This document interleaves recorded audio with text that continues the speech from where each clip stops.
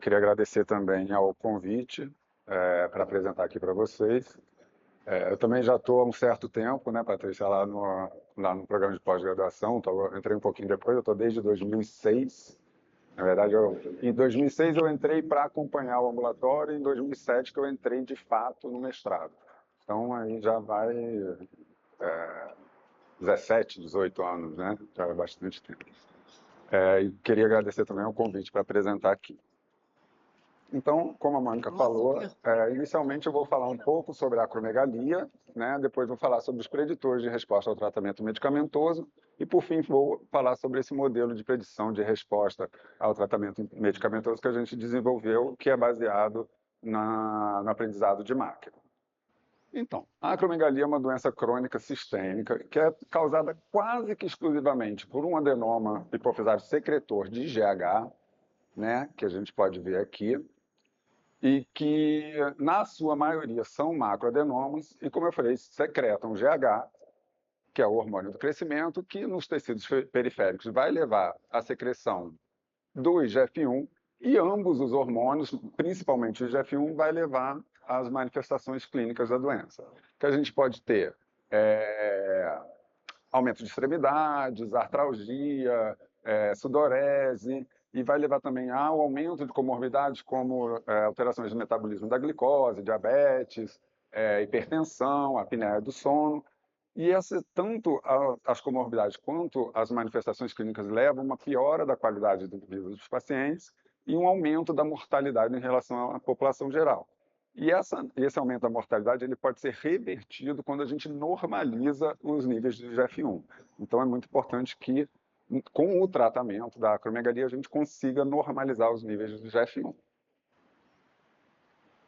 E o tratamento ele envolve a cirurgia, o tratamento medicamentoso e a radioterapia. A cirurgia é o tratamento de primeira escolha, principalmente porque ele leva a uma cura imediata da acromegalia. As taxas de cura, no geral, nos microadenomas, variam entre 80% e 90%. Já nos macroadenomas, que é a maioria dos casos, já fica em torno de 50% a 75%. Então, um pouco mais de 50% dos pacientes é curado com a cirurgia. A radioterapia é mais para a terceira linha de tratamento, nos pacientes não curados com a cirurgia nem com tratamento medicamentoso. A taxa de controle bioquímico é de em torno de 60%, já de controle tumoral é de 90%.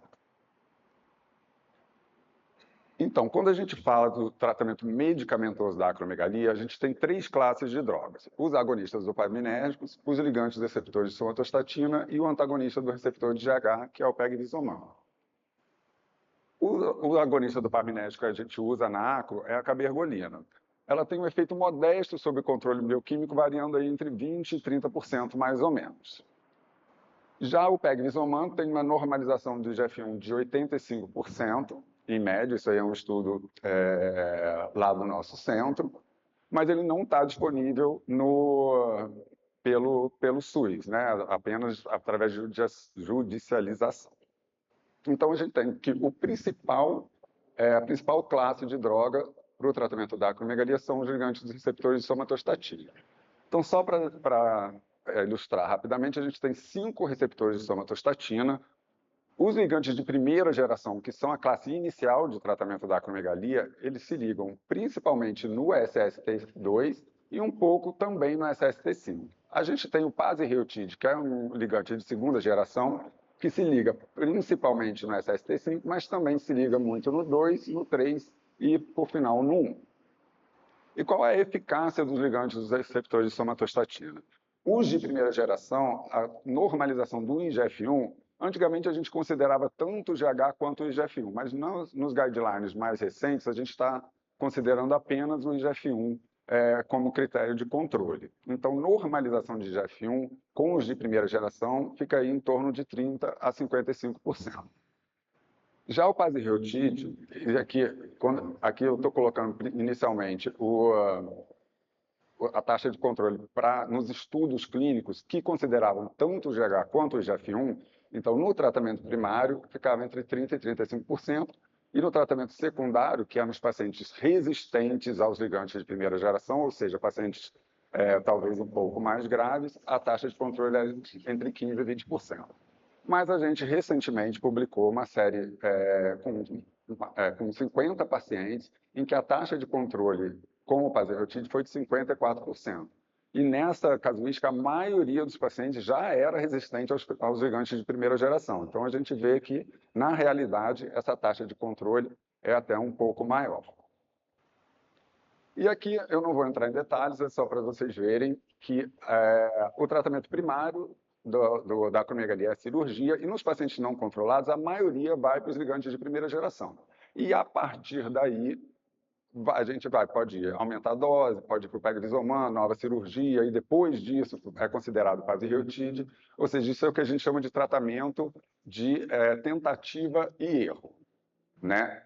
A gente vai usando as medicações sem nenhuma análise do que é mais adequado para cada paciente.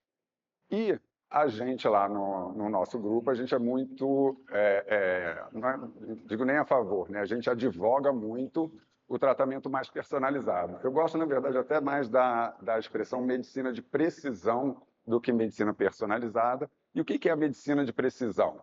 É o uso de biomarcadores de resposta ao tratamento medicamentoso. Ou seja, você vê naquele paciente específico, ou naquele tumor, ou o que quer que seja, características que vão sugerir que o paciente possa responder melhor a essa ou aquela droga, para você fazer um tratamento direcionado àquele paciente. E o que vai acontecer? Você vai ter uma taxa de controle melhor com um tempo menor de tratamento. Porque no tratamento tentativa e erro, a gente começa com os de primeira geração, aí espera 6 a 9 meses, às vezes até um ano, para ver se o paciente respondeu. Aí a gente tenta uma outra droga, espera mais um ano. E o que acontece? O paciente às vezes demora 2 anos para ter um tratamento adequado, e isso tudo demora mais para o paciente ser controlado e gasta dinheiro, se joga 2 anos de dinheiro jogado fora, né? Então, aí eu vou falar um pouquinho sobre os preditores de resposta ao tratamento. Eu vou puxar a sardinha para o meu lado, que eu acho que essa é a nossa principal linha de pesquisa. A gente tem algumas lá no grupo, mas a linha que eu pelo menos, que eu mais gosto é a dos preditores. Então, a gente vê aqui que lá no nosso grupo a gente começou a avaliar preditores de resposta já lá em 2005. Então, é uma linha, talvez, acho que a inicial é da fisiopatologia, né? Mas os preditores já desde 2005. O primeiro estudo foi a avaliação do teste agudo, né? Que a gente dá a medicação e avalia 2 horas após a medicação a queda do GF1. E a gente vê se isso se correlaciona com o tratamento a longo prazo. Depois veio o estudo da Gisele Taboada, do mestrado da Gisele Taboada, que talvez seja um dos trabalhos do nosso grupo com maior número de citações, em que ela avaliou a expressão dos receptores de somatostatina.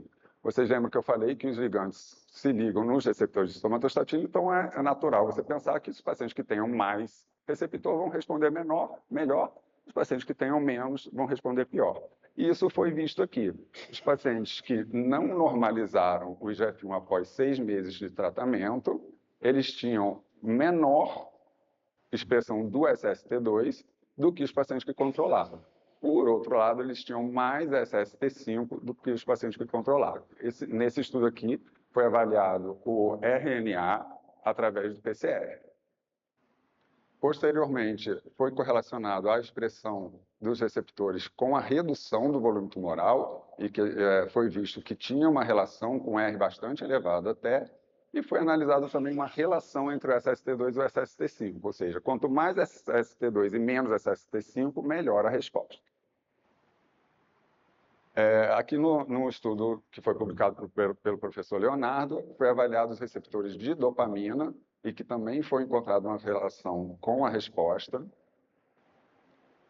No doutorado da Gisele, ela avaliou a mutação do GSP. A mutação do GSP está associada à acromegalia esporádica, né? E sempre ficou uma questão se os pacientes que têm mutação do GSP respondem pior ou melhor ao tratamento com os ligantes de primeira geração. E isso foi estudado nesse estudo da Gisele, mas a gente sabe que a frequência da mutação do GSP é em torno de 40%, e nessa casuística a frequência foi de 10%. Eles viram que os pacientes que eram GSP positivo, eles tinham níveis maiores de SST1 e SST2 e de DR2, níveis menores de SST3, mas não houve uma relação com a resposta bioquímica. Mas nesse estudo o N foi relativamente pequeno e tinha uma frequência baixa de tumores GSP positivos. Aí aqui foi o meu mestrado, em que eu avaliei a expressão proteica do SST2. No estudo da Gisélia, ela avaliou a expressão do RNA através do PCR, eu avaliei a expressão proteica através da imunistoquímica, e eu vi também que os pacientes que tinham menor expressão do SST2 aqui, né, a expressão 0, elas tinham menor redução percentual do GF1 quando comparado com os pacientes que tinham maior expressão. E a expressão do SST2 ela teve um VPN de 100%, um VPP de 60% e uma acurácia de 68% para o controle bioquímico da acromegalia. Aí, no mestrado do Leandro, ele avaliou a expressão do AIP. O AIP é a proteína de interação com o receptor aril hidrocarbono, que está associada aos adenomas familiares isolados, mas mais especificamente com os somatotropinomas familiares isolados.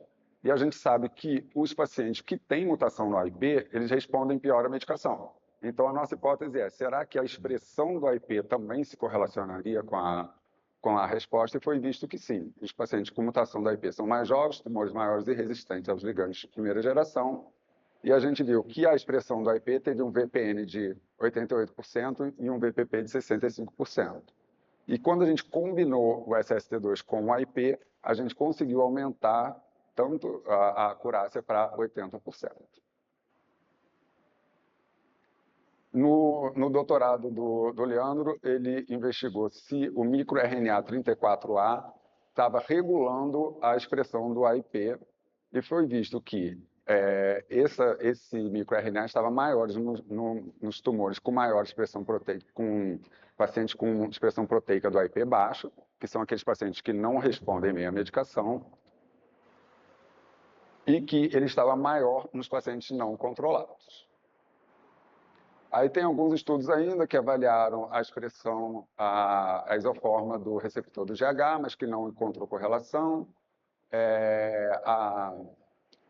Avaliou a expressão das beta-arrestinas. Aí a gente, como eu falei, naquele estudo inicial do GSP, tinha sido um N pequeno de pacientes com uma frequência baixa. A gente fez um estudo maior, que incluiu 136 pacientes, né, que é o maior estudo da literatura até o momento. Não tenho certeza se de lá para cá surgiu algum estudo maior, mas acredito que não. E a gente confirmou que a presença da mutação do GSP não se correlaciona com a resposta bioquímica. A gente avaliou a expressão do receptor do GIP, que também não se correlacionou. E agora, mais recentemente, foi até a tese do Daniel, que foi um aluno de doutorado, que ele avaliou outros microRNAs, né? O microRNA 385, 181, A e 181B, e ele viu que o 383 e o 181 estava maior nos pacientes... Não, o 383 estava maior nos pacientes não controlados, enquanto o 181A e B estavam menores, né? Indicando que esses microRNAs podem estar relacionados com a resposta aos ligantes de primeira geração. Então, a gente vê aqui que tem diversos fatores que estão envolvidos no mecanismo de resistência aos ligantes de primeira geração. Mas, no entanto, a maioria desses fatores eles foram avaliados em estudos pequenos e de forma isolada. Então, a acurácia e o poder de predição de resposta eram baixos. Então, o que nós fizemos? Nós fizemos um estudo multicêntrico que foi publicado agora em 2021 no Journal of Clinical Endocrinology and Metabolism. Foi um estudo que teve investigadores de quase todos os centros que tratam a acromegalia no Brasil. Vocês podem ver que tem do Brasil inteiro, Nordeste, Sudeste, Sul. Foi um estudo muito grande que demorou bastante tempo, deu bastante trabalho, mas vocês vão ver que ficou bem interessante. E qual foi o nosso objetivo? Foi desenvolver um modelo baseado em inteligência artificial para predição de resposta ao tratamento com os ligantes receptores de somatostatina de primeira geração. Uma das grandes questões, uma das grandes dificuldades que a gente teve é que a gente queria uma amostra muito homogênea. Então, a gente queria pacientes com acromegalia que tivessem sido operados, né, e que, obviamente, tivessem disponibilidade de bloco e lâmina para a gente fazer imunistoquímica, e que tivessem sido tratados com os ligantes de primeira geração por pelo menos 6 meses após a cirurgia, com dose máxima, e, obviamente, ter a disponibilidade de dados bioquímicos. E, como critério de exclusão, os pacientes não poderiam ter sido tratados com droga nenhuma antes da cirurgia. Por que isso é muito importante? Porque o tratamento, principalmente com os ligantes de primeira geração, poderia alterar a expressão do SST2 e do SST5, dos receptores de somatostatina. Então, a gente fez questão de ser uma amostra muito homogênea e que tivesse um mínimo de interferência. Então, os pacientes não poderiam ter recebido tratamento medicamentoso nenhum antes da cirurgia. E a gente sabe que, como muitas vezes a fila de cirurgia demora até o paciente conseguir operar, então o que a maioria dos pacientes, dos médicos acaba fazendo? Vamos tratando até o paciente conseguir operar. Então, acaba ficando difícil a gente conseguir achar essa amostra muito homogênea, mas a gente, depois de bastante tempo e bastante empenho, a gente conseguiu.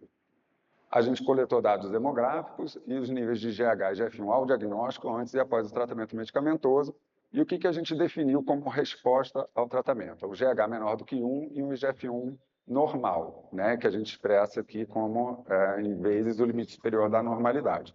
Eu falei que agora a gente considera apenas o IGF-1, mas na época esse era o critério de controle bioquímico. Então, a gente avaliou na imunistoquímica, a gente avaliou o padrão de granulação, né? Então, o que é o padrão de granulação? Na microscopia eletrônica, a gente pode dividir os tumores esparsamente granulados e densamente granulados. Que aí a gente vai ver que o esparsamente granulado, eles têm esse padrão DOT, né? Padrão pontilhado. Enquanto o densamente granulado tem esse padrão perinuclear. Só que a microscopia eletrônica é mais complicada de ser realizada, então não é feita de rotina, então a gente usa o anticorpo CANS 5.2 para avaliar isso. Depois eu vou mostrar alguns exemplos para vocês. A gente avaliou também a expressão proteica do subtipo 2 e 5, utilizou anticorpos monoclonais, isso aqui é muito importante, né? Porque a gente sabe que os anticorpos policlonais não têm uma especificidade tão alta. Esses anticorpos monoclonais têm uma especificidade muito boa contra o SST2 e o SST5. A gente utilizou um score de imunorreatividade e que leva em consideração o percentual de células marcadas e a intensidade. Então, esse score é multiplicado aqui e que vai dar o score final, que pode variar de 0 a 12. A gente considera uma expressão alta quando tem uma expressão, um IRS maior do que 6. E aqui é muito importante que todas as análises da imunistoquímica elas foram avaliadas por 2 pesquisadores que eram independentes e cegos para os resultados do tratamento medicamentoso. E a gente fez o aprendizado de máquina, né, que os pacientes foram divididos em 2 conjuntos de treinamento e conjunto de teste, foram utilizados 6 modelos. Eu não vou entrar em detalhes aqui dos modelos, até porque eu também não sei muito, quem fez isso foi o Renan, que entende dessa parte, e eu acho que aqui também não cabe. As características que a gente incluiu nos modelos foram idade ao diagnóstico, sexo, GH e GF1 ao diagnóstico e pré-tratamento, a expressão do SST2 e do SST5 e o padrão de granulação. Por que a gente escolheu essas características especificamente? Um é porque elas são as mais associadas com a resposta bioquímica, e o segundo é que elas são relativamente simples, né? Os dados demográficos a gente tem de todos os pacientes. A expressão do SST5 é por imunistoquímica, não é tipo PCR, que você precisa ter tumor fresco. A imunistoquímica a gente faz no bloco, é relativamente simples. Então, por isso que a gente escolheu esses dados. Os modelos finais foram comparados em relação à acurácia, sensibilidade, especificidade, valor preditivo positivo e negativo. Então, o que a gente teve? A gente teve 202 pacientes incluídos. A gente vê aqui, ó, quase um quarto dos pacientes foram excluídos porque o material estava não analisado. Então, antes da gente analisar, isso era a nossa patologista pegava um HE, via se o material estava com uma qualidade boa o suficiente para a gente analisar. Então, a gente teve quase um quarto dos pacientes não puderam ser incluídos. Então, no final das contas, a gente teve 153 pacientes avaliados. Aqui a casuística geral é uma casuística, não vou ficar detalhando cada coisa, mas é uma casuística compatível com uma população de acromegálidos, nada fora do que a gente está acostumado. A gente tinha aqui 50% de densamente granulados, ou seja, metade densamente esparsamente. A expressão alta do SST2, né, que é um RS maior do que 6, foi de 75%, e do SST5 foi de 56%. Aqui, só para eu dar alguns exemplos para vocês da parte de imunistoquímica, aqui vocês podem ver, é um tumor com padrão densamente granulado e aqui um padrão esparsamente granulado. Vocês lembram que eu falei que o esparsamente ele tinha esse padrão pontilhado? São essas bolinhas aqui. O densamente ele tem um padrão anelar, assim, ele envolve o núcleo, né? Aqui é a diferença da expressão do SST2, você vê aqui que quase todas as células, né, o SST2 é a partezinha marrom e a parte azul é o núcleo. Então você vê aqui que todos os núcleos estão envolvidos com essa imunopositividade anelar em torno do membranar, né? E aqui nesse outro tumor você vê alguns tumores só que têm a expressão. Então esse aqui é um paciente com um tumor com expressão alta, aqui é um tumor com expressão baixa. E aqui é o controle positivo. Aqui para o SST5 também, praticamente todas as células marcadas. Aqui até nem dá para ver, mas são pouquíssimas as células que estão positivas para o SST5. E é interessante que esse paciente aqui é o mesmo desse aqui. Ele tinha uma expressão muito alta do SST5 e uma expressão baixa do SST2. Então, quando a gente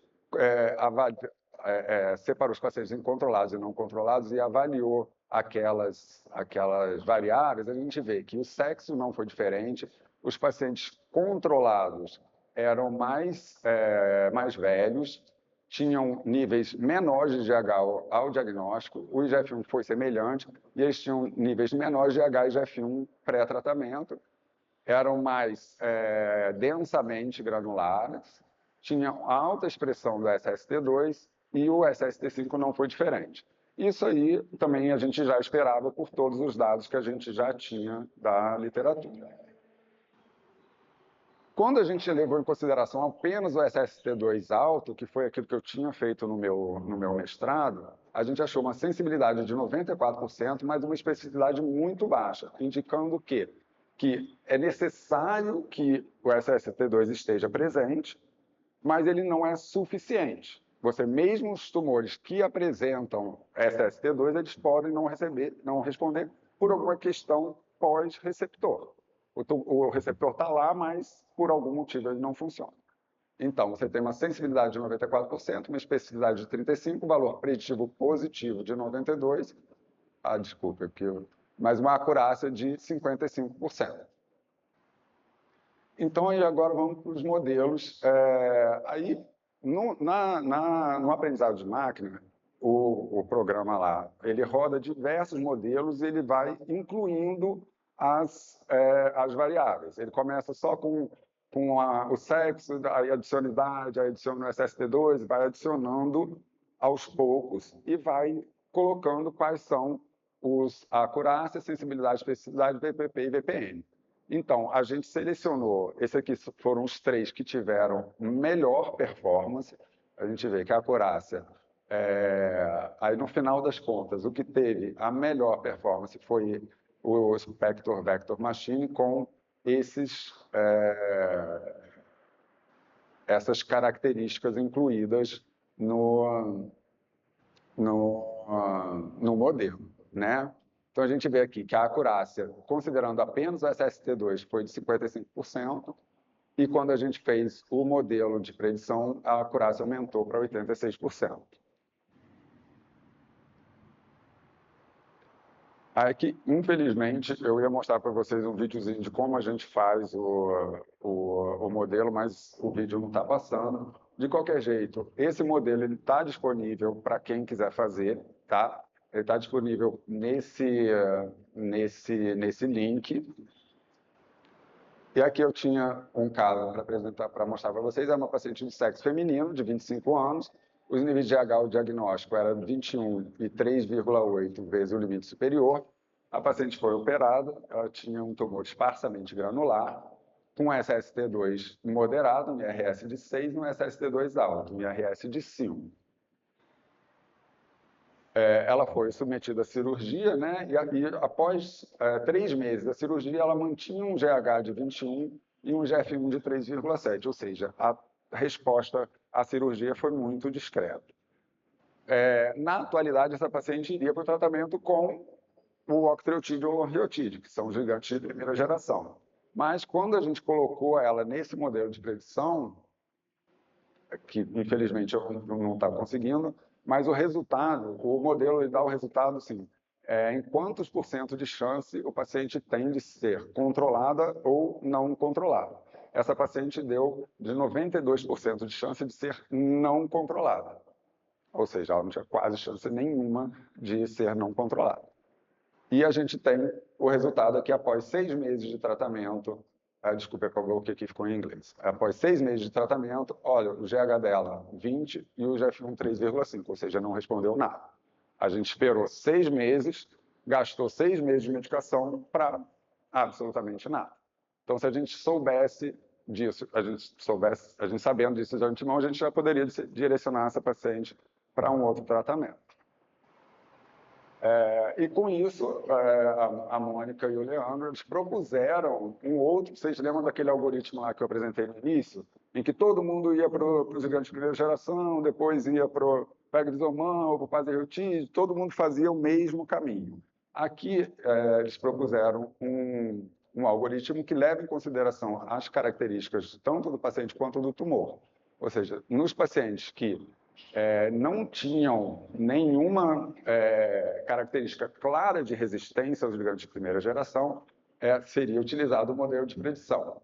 Se a chance for mais do que 50%, aí a gente tenta os gigantes de primeira geração. Se for menor do que 50%, e o paciente tiver uma lesão grande, alguma coisa que o Pegovisomam não seja muito adequado, ele iria para o Pasereltide ou então para o Pegovisomam. E se ele tiver características claras de resistência, que é o SST2 baixo, a IP baixo, um tumor esparsamente granular, ele já iria direto ou para o Pasereltide ou para o Pegovisomam. Quando a gente apresenta essa coisa dos preditores, tem sempre a pergunta, mas qual é o custo disso? Né? Qual a disponibilidade disso? A gente, como eu tinha falado inicialmente, a gente fez questão de colocar coisas com um custo baixo, imunistoquímica não tem um custo alto, né? Em relação à disponibilidade, a gente tem o SST2, o padrão de granulação é feito em qualquer serviço de patologia, não é uma coisa complicada. A análise do SST2 e do SST5, ela não que seja difícil, né? Mas precisariam de um treinamento. A gente vai pensar, vale a pena isso todo serviço de patologia fazer? Talvez não. Mas também é realizado em imunistoquímica que isso a gente pode ter centros de referência que façam essa análise e os centros menores que não tenham um movimento que compense ter essa imunistoquímica desenvolvida ia referir para o centro de referência. Então, o que eu gostaria que vocês levassem dessa apresentação é que o tratamento primário da acromegalia é a cirurgia, isso não tem a menor dúvida, mas que aproximadamente 50% dos pacientes vai precisar de um tratamento medicamentoso. O tratamento No momento, os tratamentos com os gigantes de primeira geração, que é o tratamento padrão, controla aproximadamente 50% dos pacientes, ou seja, um número grande ainda vai precisar de um tratamento alternativo. A medicina de precisão, que é a medicina baseada em biomarcadores, em oposição à tentativa e erro, pode levar a maior taxa de controle em menor tempo, com consequente redução dos custos para o serviço de saúde. E que os modelos de predição baseados em aprendizado de máquina apresentam um grande potencial de melhorar a acurácia dos biomarcadores. É isso. Obrigado.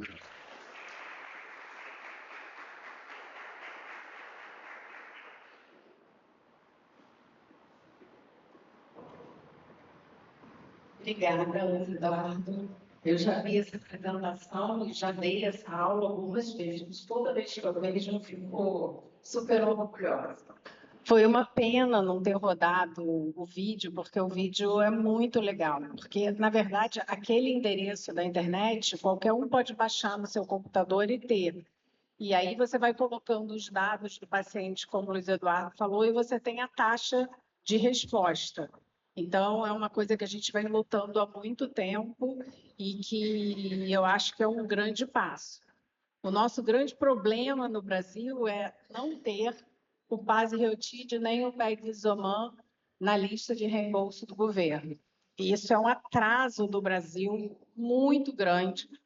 No momento, o PCDT de acromegalia está em consulta pública, não o PCDT, desculpe, está em consulta pública a incorporação do Pasireotide e do Peglisoman. É muito importante que a maioria se manifeste, porque, a princípio, a Conitec está tendendo a não querer de novo incorporar. Então, a gente fica numa situação muito defasada do resto do mundo, né? O Peglisoman começou em 2009 no mundo, né? Os nossos amigos, até da América Latina, a maioria tem. Eu vou dar uma aula quinta-feira na Colômbia. A Colômbia já tem o Pasireotide aprovado, já está com 50 pacientes. Então, assim, a gente fica numa situação muito difícil.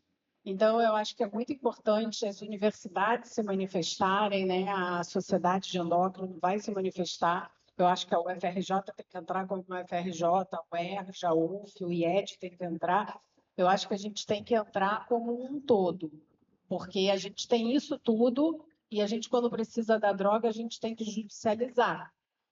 E a gente ainda pode judicializar, né? Porque tem vários lugares que não podem. Mas a judicialização é um pecado, assim, com o paciente ou com o sistema de saúde, é com tudo. Fica muito mais caro para o sistema de saúde e o paciente ganha por 6 meses a medicação. E aí ele tem que, de novo, entrar com o processo. É desgastante demais, é uma doença crônica. Então, é muito ruim. Então, eu acho que uma mensagem é que até 29 de abril que está aberta a consulta pública para essas duas drogas. Eu acho que é muito importante, porque não adianta também a gente reclamar e na hora que a gente tem que se manifestar como médico, a gente não fazer o nosso papel, né? Então, agora dúvidas de vocês, comentários, Flávia, por favor.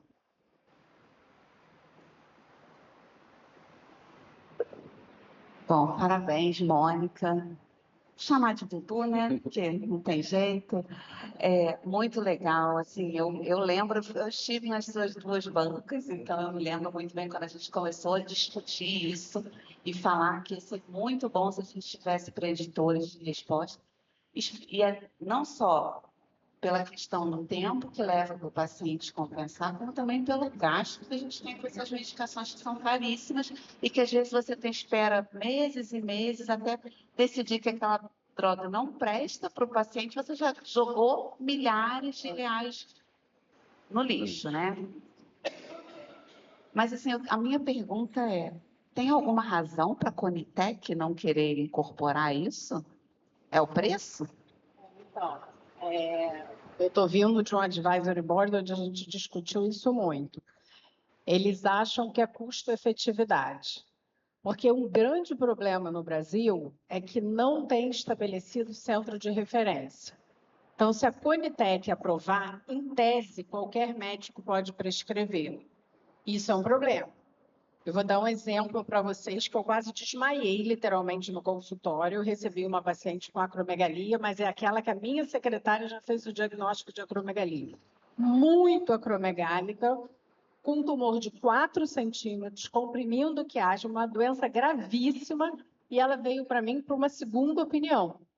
E ela tem um problema cardíaco que não contraindica a cirurgia, nada demais. E aí eu vi com meus olhos, a médica que atendeu ela prescreveu Pegvisomam para ela, que é a droga de segunda linha que não age no tumor, que bloqueia a periferia. Ela estava com essa prescrição e ela estava entrando na justiça. Então, realmente, eu entendo o governo se preocupar, porque é um erro, assim, a paciente até percebeu, porque eu fiz uma cara, assim, eu falei, a senhora me desculpa, mas essa médica devia estar com algum problema, porque não é possível isso. Então, eu acho que a custo-efetividade, eles acham que essas drogas são muito caras. Só que se fosse prescrita por centro de referência, o número de pacientes é doença rara, está no protocolo de rara, seria muito pouco. Então, mas o governo responde, a Conitec responde, que ainda não tem a política de centro de referência. Então, que teria que criar essa política de centro de referência. Então, a gente fica numa situação, assim, patética, porque a gente desenvolve isso tudo, né? A gente é reconhecido no mundo todo por ter esse estudo, essa linha. Outros países começam o novo guideline vai sair com já os marcadores que não podem usar. A gente que praticamente é pioneiro disso e fica num país onde a gente não tem a medicação. Então, assim, é muito revoltante. E se a gente pensar que um paciente com acromegalia, pensa bem, ele leva em média, essa paciente foi mais de 20 anos, mas vamos dizer que a média para o diagnóstico é uns 8 anos. O paciente já sofreu muito, o paciente se sente super mal, vai a tudo que é médico e ninguém pensa em acromegalia. Aí depois ele é operado. Aí só metade cura nos centros de referência. Se for no hospital da periferia, não cura nada. Aí metade cura. Então, ele já demorou a ser diagnosticado, ele é diagnosticado, ele é operado, ele não cura, a gente fala para ele, agora já vai para uma medicaçãozinha. A gente costuma até falar assim, injetável, só que a gente vai fazer um tempinho, uma agulha desse tamanho, que tem que ir no hospital fazer, que dói, que ele perde o trabalho. Aí depois que ele está fazendo a medicação, há 6 meses, 1 ano, a gente chega. Essa medicaçãozinha não deu certo. Então, a gente vai ter que trocar ou associar. Então, olha o que a gente perde de tempo, de dinheiro, e com um paciente que está sofrendo há anos, né? E que não consegue o controle. E não adianta, a gente fala isso tudo. Na reunião com a Conitec, teve paciente dando depoimento. Mas tudo eles falam que custa efetividade, que eles não podem contar que qualquer médico vá prescrever isso. Então, e eles não criam centros de referência. Então, a gente fica numa situação Quem sai perdendo é sempre o paciente. Hã? E quem sai perdendo Claro, é sempre o paciente. sempre o paciente.